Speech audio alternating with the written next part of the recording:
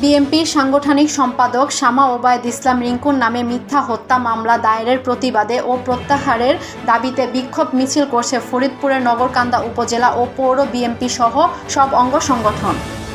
মঙ্গলবার সকাল 10টায় নগরকান্দা ফিলিং স্টেশনের সামনে থেকে বিক্ষোভ মিছিল বের হয়।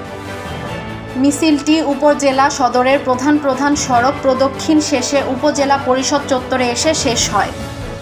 পরে সেখানে সংক্ষিপ্ত সমাবেশ অনুষ্ঠিত হয়।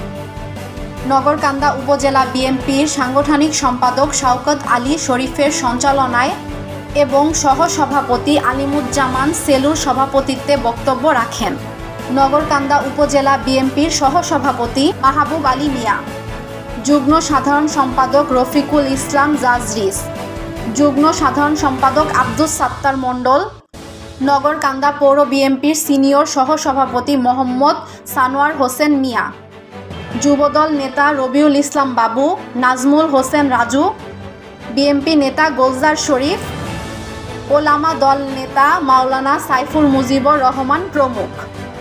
বক্তারা বলেন, শামা ওবায়েদ নগরকান্দা না থাকা সত্ত্বেও নগরকান্দার সালথা বিএনপিকে দুর্বল করার ষড়যন্ত্রে অংশ হিসেবে তার নামে মিথ্যা মামলা দায়ের করা হয়েছে। অবলম্বে এই মিথ্যা মামলা প্রত্যাহারের দাবি জানায়।